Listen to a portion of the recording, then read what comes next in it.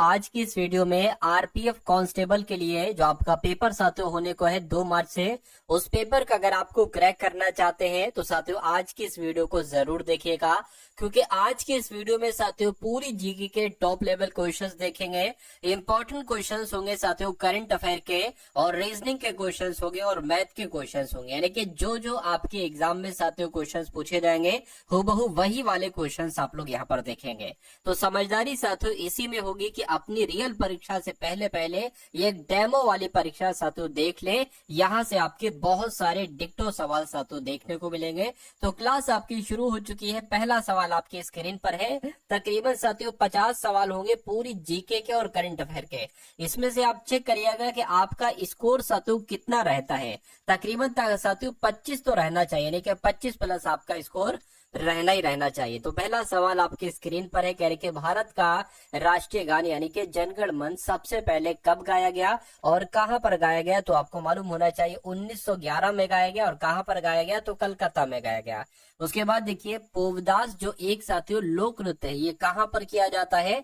तो पोवदास की अगर बात करते हैं साथियों, ये कहां पर किया जाता है? ये तो महाराष्ट्र में किया जाता है। सही जवाब आपका ऑप्शन नंबर ए हो जाएगा।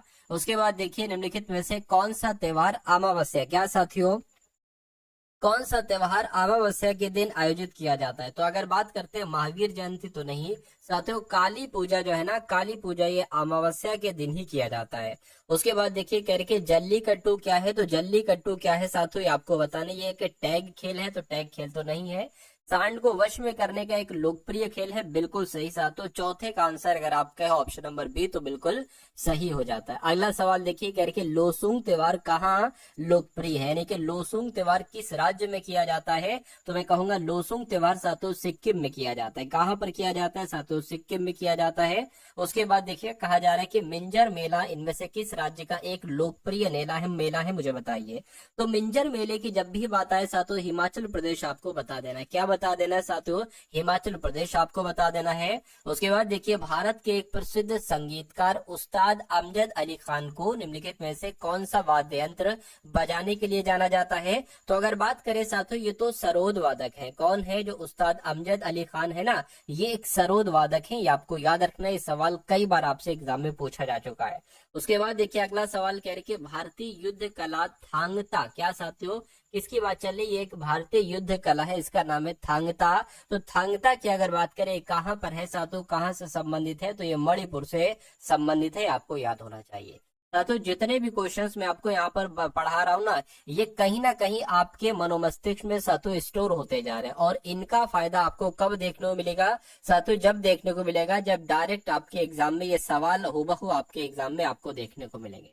तो बस आपको बहुत ध्यान से साथियों इन सभी सवालों को देखते जाना है। और अभी साथियों रीजनिंग भी देखेंगे और मैथ भी देखेंगे और करंट अफेयर के क्वेश्चंस भी आप लोग देखेंगे। तो कौन बनारस घराने से संबंधित है? तो अगर बात करें सिद्धेश्वरी देवी की, तो सिद्धेश्वरी देवी साथियों बनारस घराने से संबंधित है। मेड्रिड कहाँ की राजधानी है, मुझे बताइए।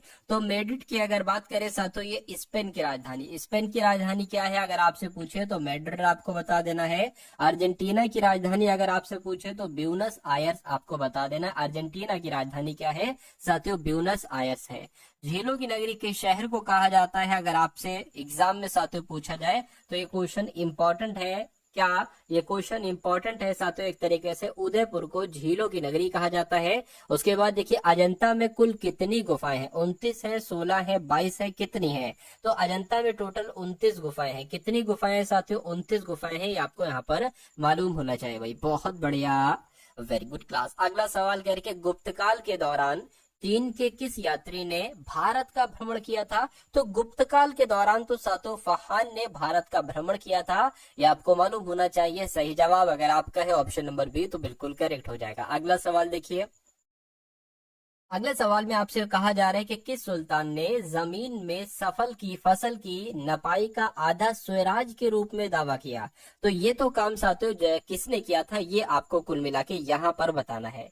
चलिए तो क्या आपका राइट आंसर हो सकता है अलाउद्दीन खिलजी? अगर आपका जवाब है तो बिल्कुल सही है, यानी कि अलाउद्दीन खिलजी ने जमीन में फसल की नपाई का आधा राजस्व के रूप में दावा किया था। उसके बाद देखिए सल्तनत काल के दौरान भूमि वितरण और प्रशासनिक प्रणाली का एक अद्भुत प्रकार विकसित हुआ था। इसको क्या कहा जाता था? इसको ही तो साथों इक्तादारी प्रथा कहा जाता था, इसको ही इक्तादारी कहा जाता था। इक्तादारी शब्द आपने सुना होगा, आज पढ़ भी लिया।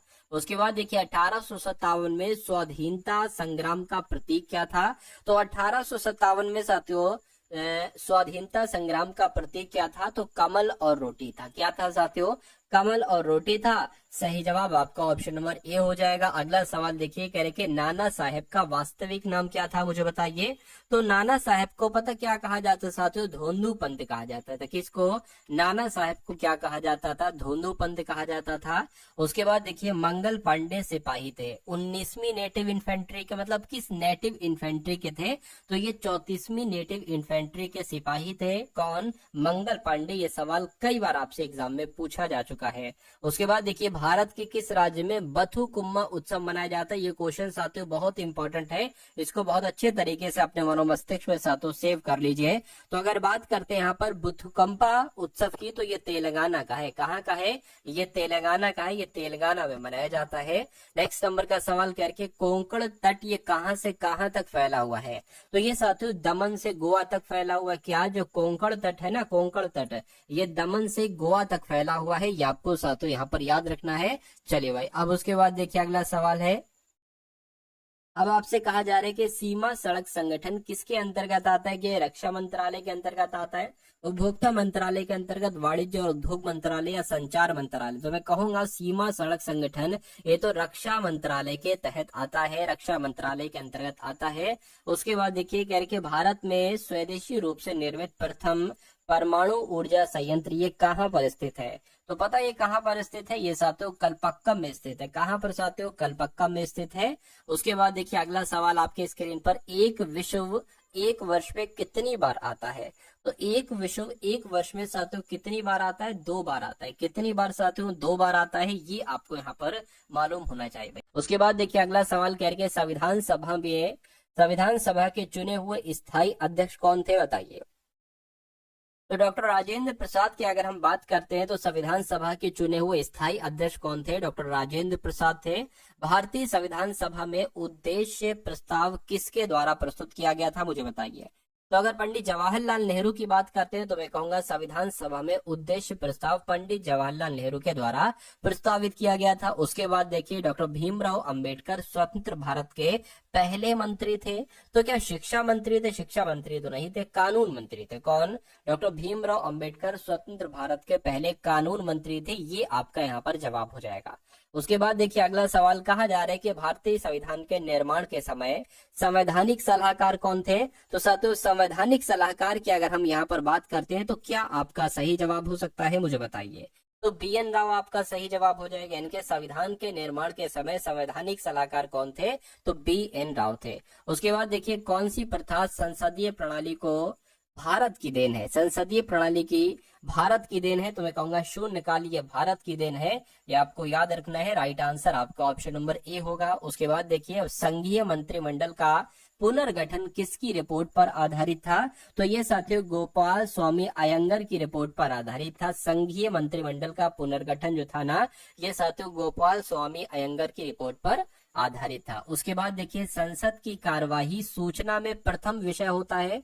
तो शून्यकाल या प्रश्नकाल या ध्यान आकर्षण प्रस्ताव या स्थगन प्रस्ताव? तो ये सवाल अगर आपके एग्जाम में पूछा जाए तो प्रश्नकाल आपको बता देना है, क्योंकि संसद की कार्यवाही सूची में प्रथम विषय जो होता है वो प्रश्नकाल का ही होता है। नेक्स्ट नंबर का सवाल आपके स्क्रीन पर है, देखिए सवाल को और मुझे बताइए कि आपका सही जवाब क्या होगा। पूछा जा रहा है कि निम्नलिखित में से किस वर्ष में भारत के राज्यों के पुनर्गठन और उससे संबंधित मामलों के लिए अधिनियम करने के लिए कि अधिनियम था?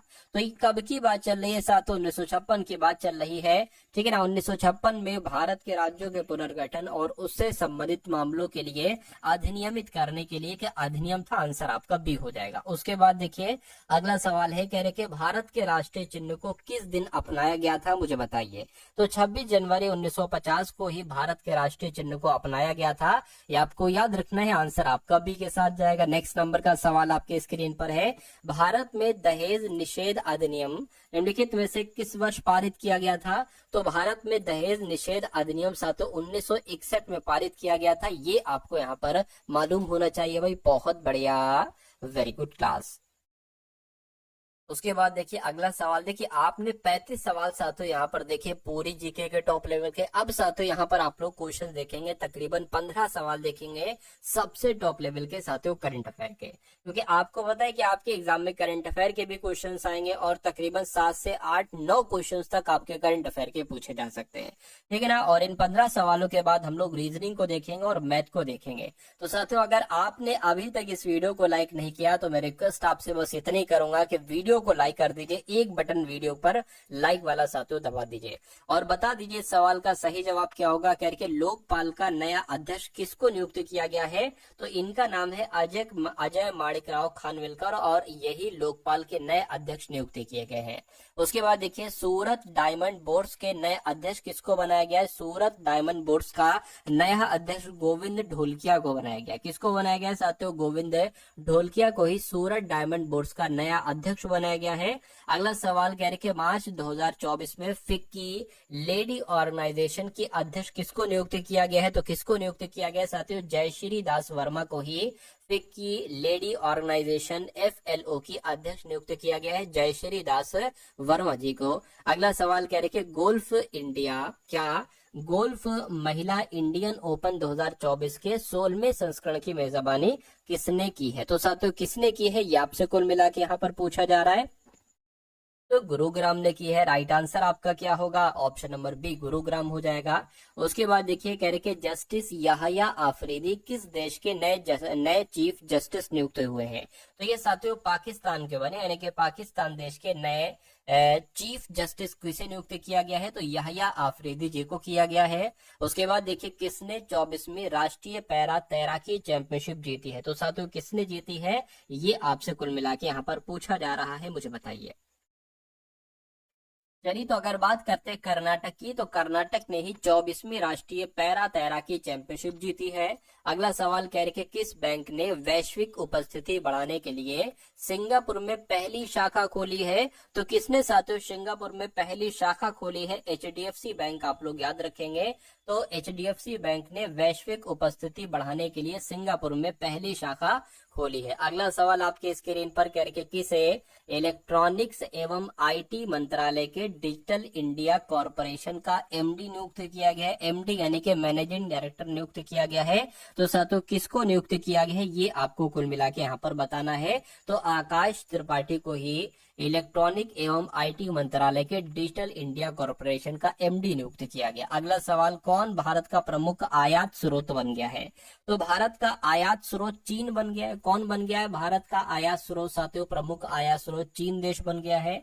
भारत ने किस देश के साथ $3.5 अरब की ड्रोन डील पर हस्ताक्षर किए हैं? तो साथियों किसकी बात चल रही है? आपको मालूम होना चाहिए USA की बात चल रही है, यानी कि भारत ने USA देश के साथ $3.5 अरब की ड्रोन डील पर हस्ताक्षर किए हैं। उसके बाद देखिए यहाँ पर अगर बात करें, भारतीय रक्षा मंत्रालय ने हाल ही में रक्षा क्षमताओं को बढ़ाने के लिए, ये सिर्फ पढ़ लीजिए, इसको याद नहीं करना है, रक्षा क्षमताओं को बढ़ाने के लिए 31 MQ-9B ड्रोन यानी कि 16 स्काई गार्डियन और 15 सी गार्डियन के लिए USA के साथ $3.5 अरब के समझौते पर हस्ताक्षर किए हैं। इस डील के तहत भारतीय नौसेना के लिए 15 और सेना और वायुसेना के लिए 8 ड्रोन शामिल है। चलिए कोई दिक्कत नहीं। अगला देखिए, किसने फेमिना मिस इंडिया 2024 का खिताब जीता है? तो ये क्वेश्चन इंपॉर्टेंट है। निकिता पोरवाल का नाम आप लोग याद रखेंगे, क्योंकि निकिता पोरवाल ने ही फेमिना मिस इंडिया 2024 का खिताब जीता है। अगला सवाल कह रहे कि किस राज्य की विधानसभा ने 2024 वक्फ संशोधन विधेयक के खिलाफ प्रस्ताव पारित किया है? मुझे बताइए। चलिए, तो यहाँ पर अगर बात करें, केरल आपका राइट आंसर हो जाएगा, यानी कि केरल राज्य की विधानसभा ने 2024 वक्फ संशोधन विधेयक के खिलाफ प्रस्ताव पारित किया है। उसके बाद देखिए, किसे भारतीय साइबर अपराध समन्वय केंद्र का राष्ट्रीय ब्रांड एम्बेसडर नियुक्त किया गया। तो साथियों, किसको किया गया है, ये आपसे यहाँ पर पूछा जा रहा है, आपको कुल मिला के यहाँ पर साथियों बताना है। तो मैं कहूंगा रश्मिका मंदाना की अगर बात करते हैं, रश्मिका मंदाना को ही भारतीय साइबर अपराध समन्वय केंद्र का राष्ट्रीय ब्रांड एम्बेसडर नियुक्त किया गया। अगला देखिए, रक्षा मंत्री राजनाथ सिंह ने कहा नौसेना रडार स्टेशन की आधारशिला रखी है, ये बताना है। तो कहां पर रखी है साथियों, तेलंगाना में रखी है, यानी कि रक्षा मंत्री राजनाथ सिंह ने तेलंगाना में नौसेना रडार स्टेशन की आधारशिला रखी है। अगला सवाल क्या रखिए, भारत और किस देश के बीच चौथी 2+2 वार्ता नई दिल्ली में हुई है। तो नई दिल्ली में साथियों 2+2 वार्ता जो हुई है, तो आपसे कुल मिला के पूछा जा रहा है कि भारत और किस देश के बीच हुई है। तो भारत और ऑस्ट्रेलिया के बीच हुई है, ये आप लोगों को यहाँ पर मालूम होना चाहिए भाई। बहुत बढ़िया, वेरी गुड क्लास। तो यहाँ पर साथियों आपने 50 क्वेश्चन देख लीजिए जीके के प्लस करंट अफेयर के, और अब आपके सामने साथियों यहाँ से शुरू हो चुके हैं रीजनिंग के जो सबसे इंपॉर्टेंट क्वेश्चंस है, यानी कि जो सबसे एग्जाम में इनकी पॉसिबिलिटी सबसे ज्यादा आने की है, वो क्वेश्चन शुरू हो चुके हैं। तो इन सभी क्वेश्चंस को देखिए साथियों, बहुत अधिक नहीं, कुछ क्वेश्चंस मैं आपको कराऊंगा और इसमें से चेक करिएगा कि आपका स्कोर कितना रहता है इन रीजनिंग के क्वेश्चंस में। देखिए, यानी कि संशोधन का सुधार से वही संबंध है जो निष्कासन का सराहना से है, निष्कासन का निर्वासन से है, या विस्मयादिबोधक से है, संवेदनात्मक से है। तो मैं कहूंगा साथियों, संशोधन का सुधार से जो संबंध है वही निष्कासन से निर्वासन, निष्कासन का संबंध निर्वासन से है, ये आपको यहाँ पर मालूम होना चाहिए। अगला सवाल कह रहे कथन है और निष्कर्ष है, ये आपके कथन हो गए और ये आपके निष्कर्ष हो गए। आपको कथनों के अनुसार बताना है कौन सा निष्कर्ष साथियों यहाँ पर सही है। तो कह रहे सभी बिल्लियां कुत्ते हैं, तो मान लीजिए साथियों ये क्या हो गई, ये बिल्लियां हो गई, और ये सभी बिल्लियां कुत्ते हैं, तो ये सभी बिल्लियां क्या हो गई, सभी बिल्लियां कुत्ते हो गई। ठीक है, कहेंगे सभी कुत्ते हाथी हैं, सभी कुत्ते क्या हो गए साथियों, सभी कुत्ते हाथी हो गए। और कहेंगे कोई हाथी गाय नहीं है, कोई हाथी की अगर बात करें नहीं है, क्या नहीं है साथियों, कोई हाथी एक तरीके से यहाँ पर गाय नहीं है। तो जब कोई हाथी गाय नहीं होगा तो कोई कुत्ता भी गाय नहीं हो सकता, कोई बिल्ली भी गाय नहीं हो सकती, और कोई गाय भी हाथी कुत्ता बिल्ली नहीं हो सकती। अब निष्कर्ष को देखिए और मुझे बताइए कौन सा निष्कर्ष सही है। करके सभी बिल्लियां हाथी हैं, बिल्कुल सभी बिल्लियां हाथी हैं, सभी बिल्लियां हाथी हैं, ये बात सही है। सभी हाथी बिल्लियां, सभी हाथी बिल्लियां नहीं है। देखिए हाँ, कुछ हाथी बिल्लियां, इतनी हाथी बिल्लियां थोड़ी ना हो सकती है। तो मैं कहूंगा ये आपका गलत हो जाएगा, यानी कि केवल निष्कर्ष एक अनुसरण करता है, ऐसा कहां पर लिखा हुआ है, ऐसा आपका ऑप्शन नंबर ए में लिखा हुआ है। तो यही आपका साथियों बिल्कुल सही जवाब हो जाएगा। अब उसके बाद देखिए एकदम टॉप लेवल का क्वेश्चन है, इस सवाल को देखिए साथियों, यानी कि विकल्पों में 4 संख्या तर्क दिए गए हैं जिनमें से 3 किसी तरह से समान है और एक समान नहीं है। तो जो समान नहीं है ना साथियों, उसके बारे में यहाँ पर आपको कुल मिला के बताना है। चलिए देखिए, यहाँ पर अगर बात करें, ये 6 से 36, 5 से 35, ये सब स्क्वायर ही तो है, ये सब। अरे भाई 6 का स्क्वायर 36, 5 का स्क्वायर 25, 9 का स्क्वायर 81, 8 का स्क्वायर 64, तो ये तो समझ में आया लॉजिक। लेकिन ये क्या है, ये देखिए 6 का क्यूब है, जैसे 6 का स्क्वायर है ऐसे ये 6 का क्यूब है, 5 का स्क्वायर है, ये 5 का क्यूब है, 9 का स्क्वायर 81 होता है साथियों, 9 का स्क्वायर क्या होता है 81 होता है, 9 का क्यूब क्या 729 हो जाएगा। 8 का स्क्वायर 64 होता है, 8 का स्क्वायर साथियों 412 नहीं होता है, ठीक है ना। क्या होता है साथियों, ये आप लोग यहाँ पर देख लीजिए, 4 8 32 हो जाएगा, 6 जंग 36, 6 42, 6 48, तो 512 होता है साथियों, 412 थोड़ी ना होता है। तो सबसे अलग यहाँ पर साथियों जो होगा वो ऑप्शन नंबर बी आपका हो जाएगा। उसके बाद देखिए अगला सवाल कह रहे एक नंबर सीरीज वाला सवाल है, कह रहे 11 है, 29 है, 65 है। क्या है साथियों, 11 है, उसके बाद 29 है, उसके बाद साथियों 65 है, उसके बाद 137 है, उसके बाद 281 है। तो अगला नंबर यहाँ पर साथियों क्या आएगा, बस इतनी सी बात आपसे पूछी गई है। तो साथियों यहाँ पर दिमाग लगाइए और बताइए राइट आंसर आपका क्या होगा। देखिए 11 से 29 हुआ है, तो अगर मैं ऐसा करूं 11 दूना 22 हो जाएगा और इसमें 7 प्लस कर दूं तो 29 हो जाएगा। अच्छा 29 से 65 हुआ है, तो 29 दूना साथियों कितना हो जाएगा 58 हो जाएगा, और 58 में फिर 7 प्लस कर दूं तो 65 हो जाएगा।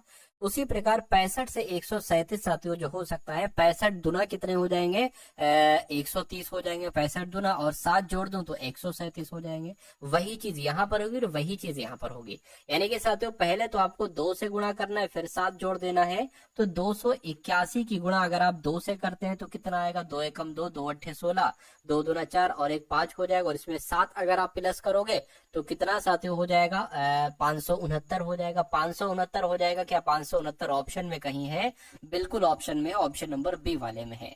उसके बाद देखिए साथियों, अब नेक्स्ट नंबर का सवाल आपके स्क्रीन पर है, इस सवाल को देखिए और बताइए सही जवाब क्या होगा। देखिए क्या कहा जा रहा है साथियों, यहाँ पर कहा जा रहा है कि YREMN4 इसका जल प्रतिबिंब आपको बताना है। क्या बताना है साथियों, जल प्रतिबिंब यहाँ पर आपको बताना है।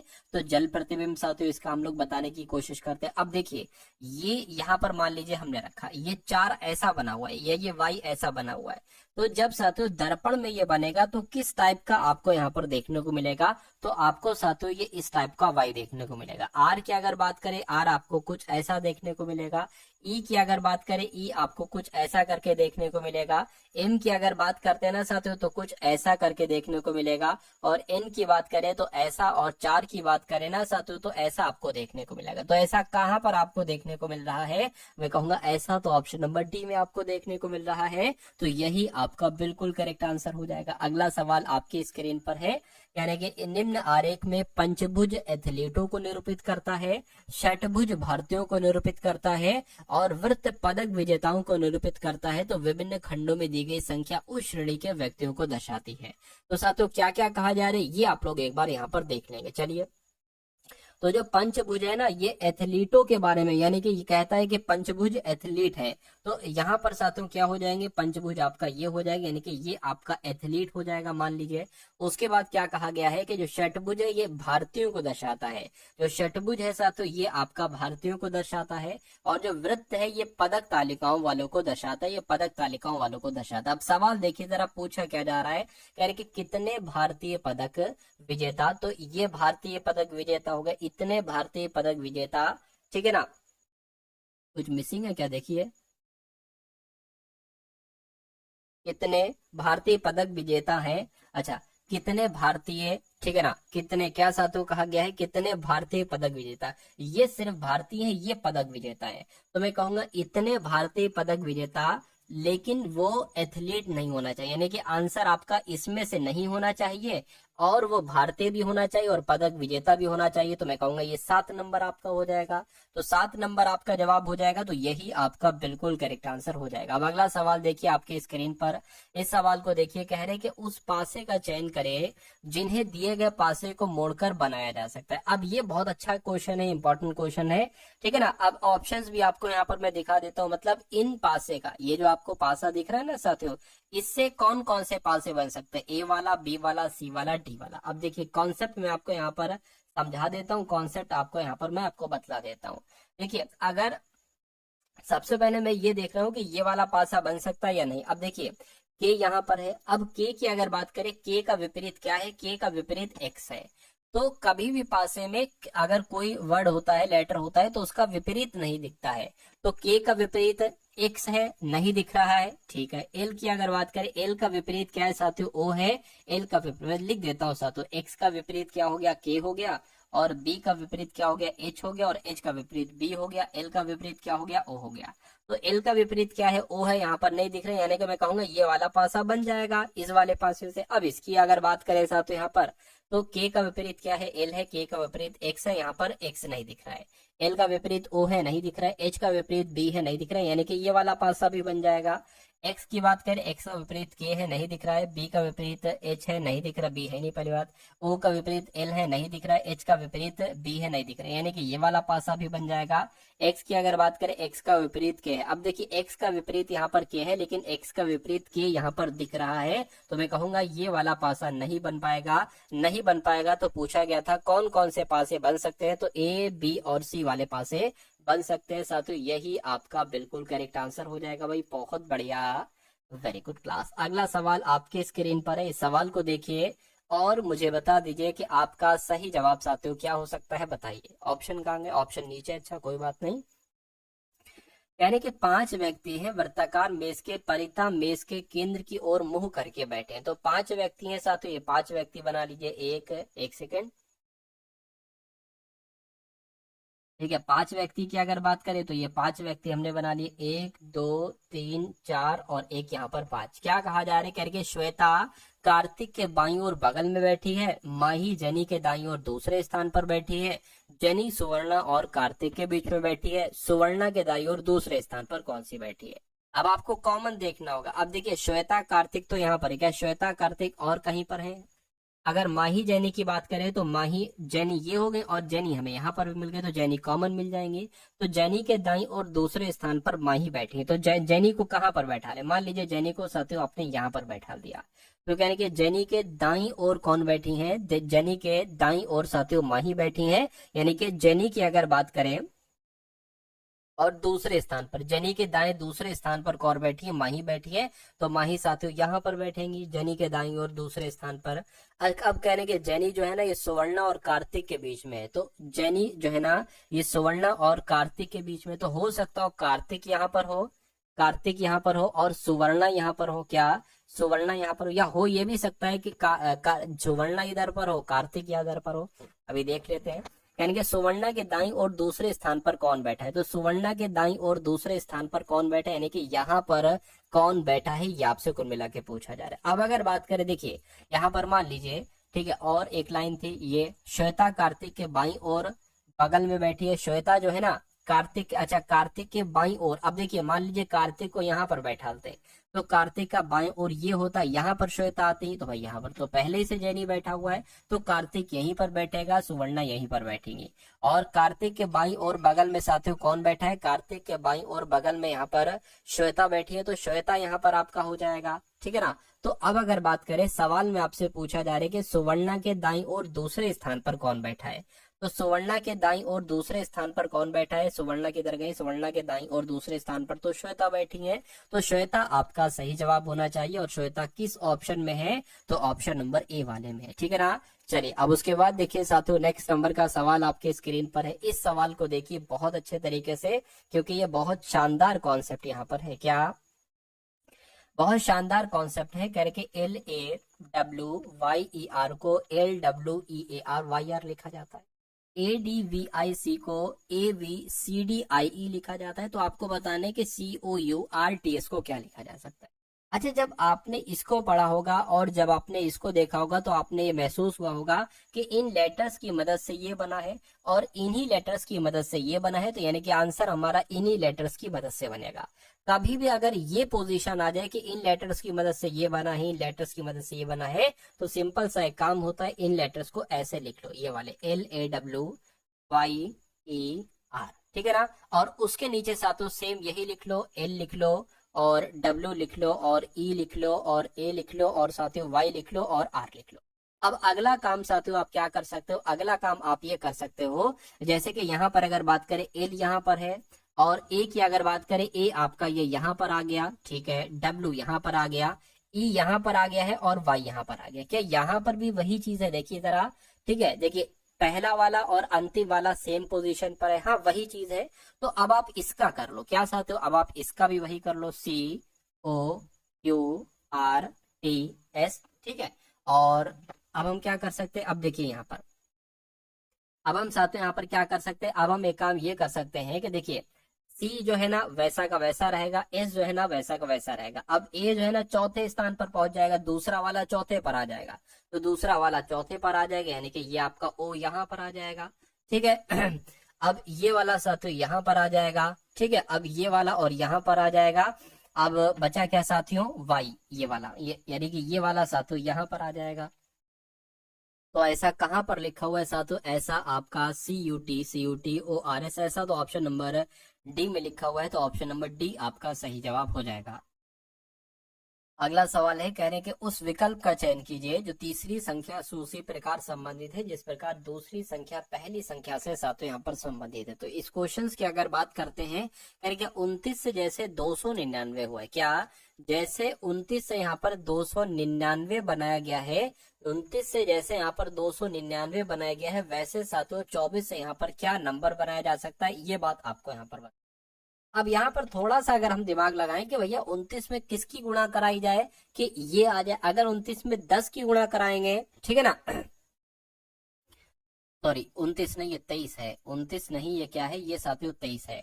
यहाँ पर मेरा कहने का मतलब ये, अगर 23 में 10 की गुणा कराई जाएंगे तो साथियों क्या आ जाएगा, 230 आ जाएगा। अगर 23 में साथियों देखिए 3 की गुणा कराते, 3 3 9, तो 9 यहाँ पर आ रहा है, यानी कि 3 से गुणा कराइए। देखिए 3 3 9, 3 दूना 6, ठीक है। 13 से कराना है, एक सेकेंड। 23 की गुणा अगर 13 से कराएं तो यहाँ पर देखे 3 3 9, 9 आ रहा है, तो ये हो सकता है। अभी जरूरी नहीं, ये हो सकता है। 3 3 9 हो गया, 3 दूना 6 हो गया, और साथियों यहाँ पर 23 आ जाएगा, 9 आ गया, 12 9 आ गया, 9 आ गया 2, बिल्कुल साथियों 299 हो गया।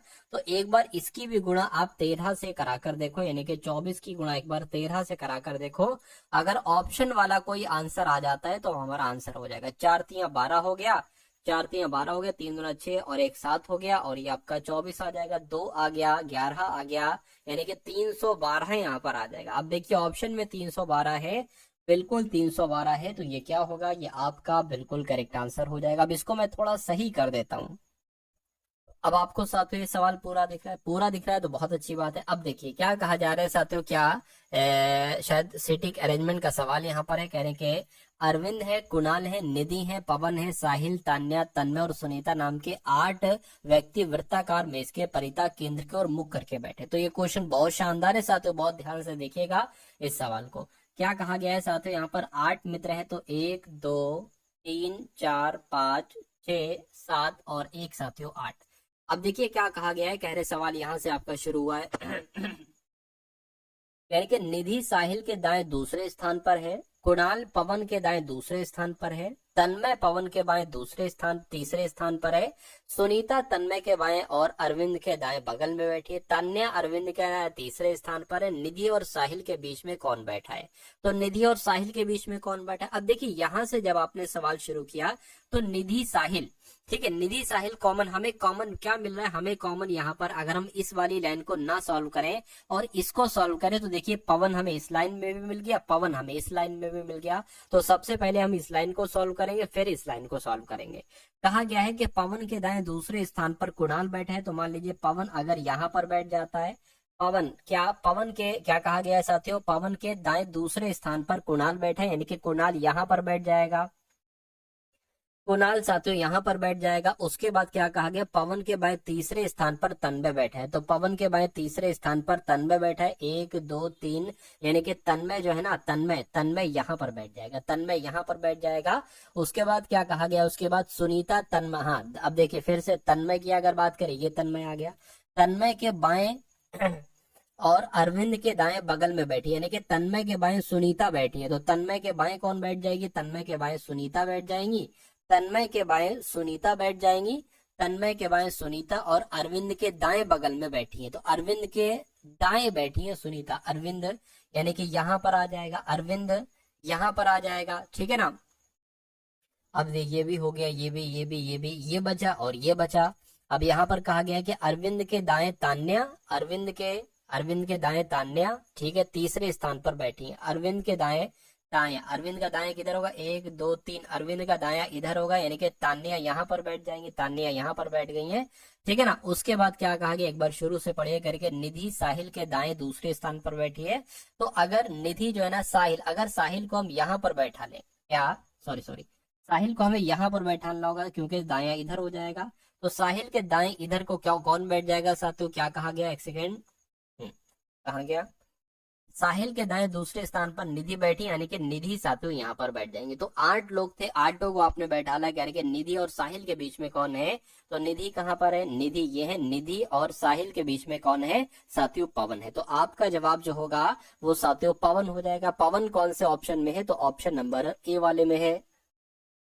अब इस सवाल को देखिए, अब आपको साथियों यहाँ पर अंग्रेजी डिक्शनरी के अकॉर्डिंग इन वर्ड्स को लगाना है, अंग्रेजी डिक्शनरी के अकॉर्डिंग। तो अगर बात करें साथियों, देखिए सबसे पहले यहाँ पर अगर बात करें क्या क्या लिखा हुआ है, SEA लिखा हुआ है, SEA लिखा हुआ है, SE लिखा हुआ है, SEN, SEA और SEI, तो SEA वाले पहले आएंगे।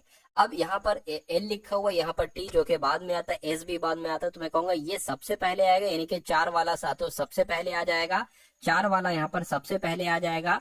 और उसके अलावा अगर बात करें, देखिए अब इसमें से कौन सा, S पहले आता है और ये बाद में आता है, यानी कि 1 और 2 2 हो जाएगा। अब साथियों ये और इसमें से कौन आएगा, आई पहले आता है, एन बाद में आता है, तो 5 और साथियों यहाँ पर 3 हो जाएगा। तो 412 53 कहाँ पर लिखा हुआ है, 412 53 ऑप्शन नंबर बी में लिखा हुआ है। दिए गए विकल्पों में से उस अक्षर समूह का चयन करें जो निम्नलिखित श्रृंखला में प्रश्नवाचक चिन्ह के स्थान पर आए, यानी कि आपको बताने कि यहाँ पर कौन से 4 लेटर आएंगे। अब देखिए DNKB, GQNE, JTQH और MWTK, आपको बताना है 4 लेटर यहाँ पर कौन से आएंगे। तो ये हम कर गए, एक बार देखते हैं कि D से G हुआ है यानी कि 3 बड़ा है, G से J हुआ है फिर से 3 बड़ा है, और फिर से यहाँ पर 3 बड़ा है, तो M में जब 3 बढ़ाएंगे तो मेरे हिसाब से P आ जाएगा। यहाँ पर P आपको यहाँ पर और यहाँ पर दिख रहा है। अब देखिए N 14 पर होता है, यहाँ पर 3 बढ़ाएंगे तो साथियों Q हो जाएगा, 3 बढ़ाएंगे T हो जाएगा, 3 बढ़ाएंगे W हो जाएगा, 3 बढ़ाएंगे तो साथियों यहाँ पर Z हो जाएगा। तो QZ कहाँ पर लिखा हो, सॉरी PZ कहाँ पर लिखा है, एक तो यहाँ पर और एक यहाँ पर। के में 3 बढ़ाएंगे N हो गया, N में 3 बढ़ाएंगे Q हो गया, Q में 3 बढ़ाएंगे T हो गया, यहाँ पर बढ़ाएंगे तो साथियों W आ जाएगा। तो PZW कहाँ पर लिखा हुआ है, PZW सिर्फ और सिर्फ ऑप्शन नंबर ए में लिखा हुआ है। तो यही तो आपका सही जवाब है। उसके बाद देखिए अगला सवाल आपकी स्क्रीन पर है। कहा जा रहा है कि मनीषा की ओर संकेत करते हुए अजय ने एक महिला से कहा, मान लीजिए अजय आप मनीष की ओर संकेत करते हुए महिला से कह रहे हो कि मनीष की तरफ आप संकेत करते हो, कह रहे हो कि वह मेरी बेटी की माँ, ये जो मनीष है ना, आप कह रहे हो कि वह मेरी बेटी की माँ, यानी कि आप अपनी पत्नी की बात कर रहे हो, अपनी बेटी की माँ यानी कि आपकी पत्नी के पिता यानी कि आपके ससुर का बेटा है। तो आपके ससुर का बेटा आपका कौन होगा, आपका साला ही तो होगा। तो अजय का मनीष से क्या संबंध है, यानी कि मनीष क्या कहेगा अजय को, तो मनीष क्या कहेगा, जीजा जी कहेगा। जीजा जी कहेगा तो जीजा जी कहाँ पर लिखा हुआ है, ऑप्शन नंबर ए में लिखा हुआ है। तो अब साथियों यहाँ से आपके सामने मैथ के क्वेश्चन शुरू हो चुके हैं, सभी के सभी बहुत ही टॉप लेवल के क्वेश्चन ये मैथ के। इन सभी सवालों को आप लोग देखिए और मैं कहूंगा आपके एग्जाम में यहाँ से बहुत सारे मैथ के क्वेश्चन डिक्टो देखने को मिलेंगे, और ये बेस्ट कॉन्सेप्ट है मैथ के क्वेश्चन। यानी कि 2 धनात्मक संख्याओं का अनुपात 11:17 है, ठीक है, और उनका महत्तम समावर्तक कितना है साथियों, 4 है। तो उनका लघुत्तम समावर्तक क्या होगा, मैं आपको बता देता हूं। अगर कभी भी साथियों आपको HCF दे रखा हो, क्वेश्चन में HCF दे रखा हो और आपको संख्याओं का अनुपात दे रखा हो, तो अगर आप पहली HCF की गुणा पहली अनुपात से कर देंगे तो वो आपकी पहली संख्या आ जाएगी। HCF की गुणा दूसरी संख्या के अनुपात से कर देंगे तो वो आपकी दूसरी संख्या आ जाएगी। जैसे कि ये आपका HCF कितना है, HCF आपका 4 है, तो 4 की गुणा अगर 11 से कर दोगे तो 44 आ जाएगा, और ये पहली संख्या कहलाई जाएगी। क्या, ये पहली संख्या कहलाई जाएगी। और HCF की यानी कि 4 की गुणा 17 से कर दोगे तो ये क्या हो जाएगा साथियों, ये आपकी दूसरी संख्या हो जाएगी। क्या हो जाएगी, ये आपकी दूसरी संख्या हो जाएगी, ठीक है ना। तो अब आपसे पूछा जा रहा है उन संख्याओं का लघुत्तम समावर्तक क्या है। तो इन 44 का और इन दूसरी संख्या का 68 का लघुत्तम समावर्तक आपसे यहाँ पर पूछा जा रहा है। तो लघुत्तम समावर्तक देख लीजिए, 2 से कट करेंगे 22 आ जाएगा, 2 तिया 2 चौक आ गया, 2 से कट करेंगे 11 आ गया और 17 आ गया। अब ये 11 से कट कर लो और साथियों यहाँ पर 17 से कट कर लो, 2 दूना 4, 44 हो जाएगा। और 44 की गुणा आपको साथियों 17 से करानी है, ठीक है ना। 44 की गुणा आपको किससे करानी, 44 की गलत लिख गया कुछ, एक सेकेंड, 2 दूना 4, 44 हो जाएगा। 44 की गुणा आपको साथियों 17 से करानी है, 17 चौक 68 और 17 चौक 68 हो जाएगा। यहाँ पर 8 हो गया, ठीक है, 14 हो गया, और ये साथियों यानी कि 748 यहाँ पर आ जाएगा। 748 कहाँ पर लिखा हुआ है, ऑप्शन नंबर डी में लिखा हुआ है। तो आपका जवाब अगर है ऑप्शन नंबर डी के साथ तो मैं कहूंगा बिल्कुल करेक्ट हो जाएगा। अब उसके बाद देखिए अगला सवाल कह रहे कि संख्याएं, ये संख्या है ए और बी, ठीक है, उसके बाद अगली संख्या है बी और सी, उसके बाद सी और डी, इनके औसत क्रमशः कितने हैं, 9 4 9 6 4 यानी कि ए और बी का औसत कितना है, 9 है, बी और सी का औसत कितना है, 6 है, सी और डी का औसत कितना है, 4 है। तो कह रहे कि ए और डी का औसत कितना होगा। देखिए सवाल को आप कैसे करेंगे, देखिए यहाँ पर अगर बात करें, अगर ए और बी का औसत 9 है तो ए और बी का योग कितना होगा, 2 से गुणा कर दो 9 की, 9 दूना 18 हो गया, ठीक है। बी और सी का औसत अगर 6 है तो बी और सी का कुल मिला के योग कितना होगा, 2, 2 संख्या है ना बी और सी, तो 2 से गुणा कर दो 12 हो जाएगा। सी और डी का इसी प्रकार से योग क्या हो जाएगा साथियों, 4 दूना 8, ठीक है ना। अब यहाँ पर अगर बात करें, आप देख रहे होंगे ए तो एक बार लिखा हुआ है, ए आपका यहाँ पर अगर बात करें साथियों एक बार लिखा हुआ है ए, ठीक है। बी 2 बार लिखा हुआ है तो साथियों क्या हो जाएगा, प्लस 2b हो जाएगा। क्या हो जाएगा साथियों, यहाँ पर अगर बात करते हैं हम लोग, प्लस आपका क्या हो गया, प्लस आपका 2b हो गया, प्लस आपका 2b हो गया, और उसके बाद साथियों 2 बार सी भी आया है तो 2c हो जाएगा। क्या, 2c हो जाएगा। और डी का कितने बार आया है, डी आपका साथियों यहाँ पर 1 बार आया है तो डी हो गया। अब इन सबको जोड़ दीजिए, 18 12 8 को जोड़ दीजिए, ठीक है, कितना हो जाएगा, 38 हो जाएगा। तो 38 यहाँ पर आ जाएगा। ये बात क्लियर। अब देखिए 2b 2c, तो यहाँ पर क्या हो जाएगा, a प्लस 2 कॉमन हो जाएगा, यहाँ पर b प्लस c आपका बच जाएगा, ठीक है, और यहाँ पर डी आ जाएगा। अब देखिए b प्लस सी की वैल्यू कितनी है, b प्लस सी की वैल्यू 12 है, तो 12 गुणा 2 24 हो जाएगा, यानी कि a प्लस 24। क्या, a प्लस आपका 24, और साथ ही यहाँ पर d बराबर कितना हो जाएगा, 38 हो जाएगा। a प्लस डी बराबर कितना हो जाएगा, 24 उधर जाएगा, माइनस का हो जाएगा, 38 माइनस 24 हो जाएगा। तो a प्लस डी का मान कितना आपका आ जाएगा, 4 और सातों 1 यानी कि 14 आ जाएगा।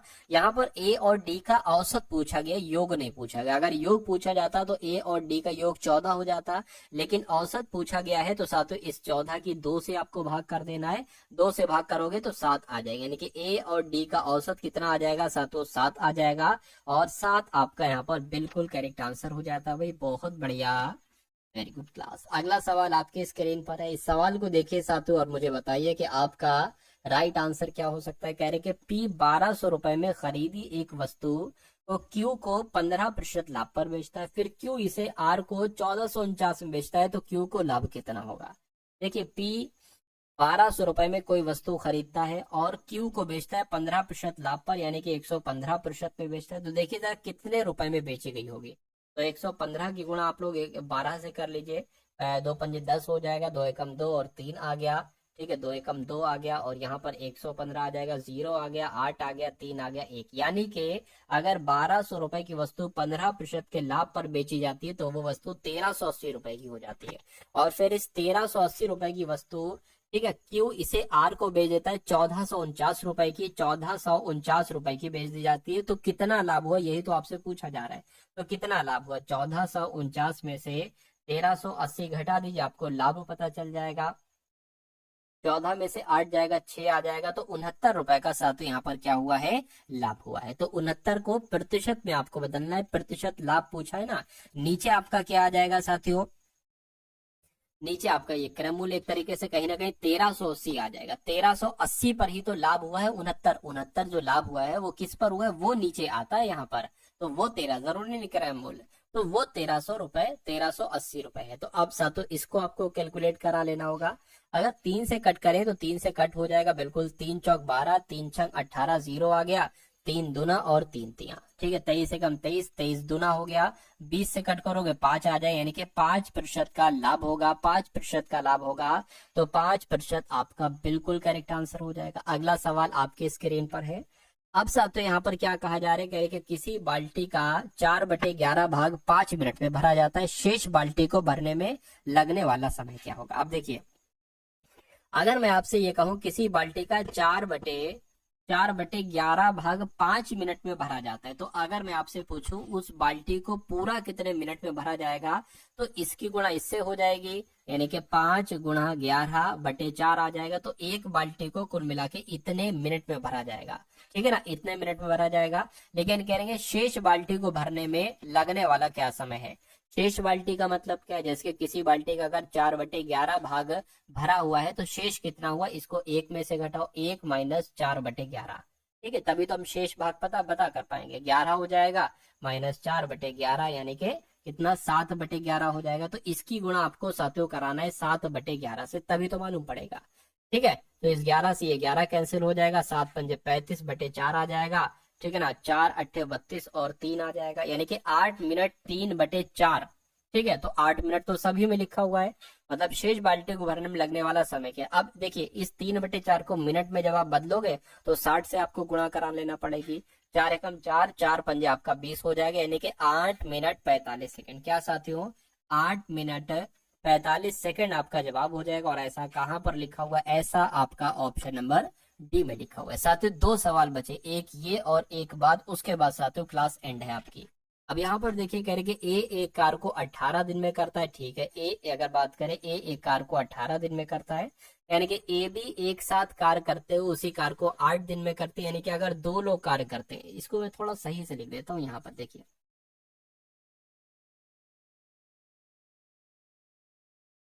क्या कहा गया है कि ए की अगर बात की गई, ए एक कार को 18 दिन में करता है, उसके साथ अगर ए और बी काम करते हैं, ए और बी एक साथ काम करते हैं तो ये 8 दिन में काम निपटा लिया जाता है।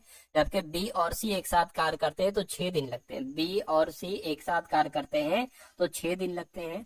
तो अब हमें क्या करना होगा, अब हमें एक ऐसा नंबर निकालना होगा इन तीनों का एलसीएम। वो क्या होगा, वो टोटल काम होगा, क्योंकि पूछा जा रहा है कि ए और बी और सी एक साथ कार्य करते हैं तो उसी कार्य को कितने दिन में पूरा कर पाएंगे। तो इसका एलसीएम निकाल लीजिए साथियों। कैसे, 18, 8 और 6 का एलसीएम आप लोग निकाल लीजिए। 2 से कट करें, 9 आ गया, 4 आ गया, 3 आ गया, 2 से कट करें, ठीक है ना, 9 आ गया, 2 आ गया, 3 आ गया। एक बार साथ यहाँ पर और 2 से कट होगा, फिर 3 से कट होगा, 3 एकम 3, 3 3 3 से एक बार और कट होगा। तो 2 दूना 4, 4 दूना 8, 8 का 16, 24, 24 तियां कितने हो जाएंगे साथियों, 72 हो जाएंगे। यानी कि यहाँ पर 72 आ जाएगा। तो कुल मिला के 18 चौक कितने हो जाएंगे, 72 हो जाएंगे। 8 के अगर करोगे साथियों, 8 4 से 8 नहीं 72 हो जाएंगे। 6 के करोगे तो 12 यहाँ पर आ जाएगा। अब कहने का मतलब ये है कि ए एक दिन में 4 काम करता है और ए और बी एक दिन में 9 ए और बी एक दिन में 9 काम करते हैं। तो जब ए एक दिन में 4 काम करता है और ए और बी दोनों मिलकर 9 काम करते हैं, तो मैं कहूंगा बी एक दिन में 5 काम करता होगा, ठीक है। बी एक दिन में 5 काम करता है और बी और सी दोनों एक दिन में 12 काम करते हैं, तो ये साथियों 6 कितना करेगा, 7 काम करेगा, ठीक है। अब देखिए, अब टोटल काम साथियों 72 है और ये तीनों लोग अगर मिलकर कार्य करते हैं तो कितने समय में कार्य हो पाएगा। तो तीनों लोग, ए एक दिन में कितना काम करता है, 4, बी एक दिन में कितना काम करता है, 5, सी एक दिन में कितना काम करता है, 7, ठीक है ना। इतनी बात क्लियर है। तो देखिए जरा, 72 बटे इसको जरा वो करिए, ठीक है, 11 और ये 16 आपका हो जाएगा। क्या हो जाएगा साथियों, 16 हो जाएगा। इसको कट कराइए, 8 नीचे आ जाएगा, ऊपर 36 आ जाएगा। 8 नीचे आ जाएगा, ऊपर साथियों 36 आ जाएगा। और कट करोगे तो 4 और साथियों 18 आ जाएगा, ठीक है ना। अब साथियों इसको कट करोगे तो ये कितना आ जाएगा, 4.5 कहीं ना कहीं आ जाएगा। 4 सही 1/2 आ जाएगा। तो 4 सही 1/2 मतलब ए और बी और सी एक साथ कार्य करते हैं तो कार्य को कितने दिनों में समाप्त कर पाएंगे साथियों, 4.5 दिन में समाप्त कर पाएंगे। तो 4.5 दिन आपका यहाँ पर बिल्कुल करेक्ट आंसर हो जाएगा भाई। बहुत बढ़िया, वेरी गुड क्लास, ठीक है ना। चलिए अब उसके बाद देखिए साथियों, अगले नंबर का सवाल है और आज की इस वीडियो का अंतिम सवाल ये है। आज की इस वीडियो का अंतिम सवाल आपके स्क्रीन पर है, देखिए और बताइए सही जवाब क्या हो। कह रहे कि एक दुकानदार एक सोफा सेट पर 12% की छूट देकर इसे 17,676 में बेचता है। सोफे का अंकित मूल्य क्या हुआ, ये आपसे कुल मिला के बताना है, ये आपको बता देना। चलिए देखिए, यहाँ पर अगर बात करें 12% की, अगर बात करें यहाँ पर 12% की छूट दी गई, यानी कि उसको 88% में बेचा गया है। 88% में बेचा गया है तो 17,776 रुपए में बेचा गया है। अगर मैं आपसे कहूँ इसको 100%, क्योंकि अंकित मूल्य एक तरीके से कहीं ना कहीं 100% हो जाएगा, तो कैसे निकालोगे, 17,776 बटे 88 हो जाएगा और इसकी गुणा 100 से कर दोगे तो ये आपका अंकित मूल्य हो जाएगा। अब इसको साथ आपको कैलकुलेट करना है। अगर इसको 11 से कट करें तो 11 एकम 11 हो जाएगा और 6 यहाँ पर आ जाएगा, ठीक है ना। 11 एकम 11, 11 छंग 66 हो जाएगा, बचेगा कितना, 1 आ जाएगा। 11 एकम 11, हाँ हो जाएगा साथियों, 11 अट्ठे 88, 11 एकम 11, 6 आ गया, 11 छंग 66, 1 आ गया, 11 एकम 11 और 6, 11 छंग 66, ठीक है। अब इसको 8 से करेंगे, 8 दूना 16, 0 8 दूना 16 और ये 2 0 जो है वो यहाँ पर लग जाएंगे, यानी कि 20,200 आपका बिल्कुल सही जवाब हो जाएगा। तो 20,200 जिनका आंसर है, मैं कहूंगा उन सभी का आंसर आपका बिल्कुल करेक्ट हो जाएगा।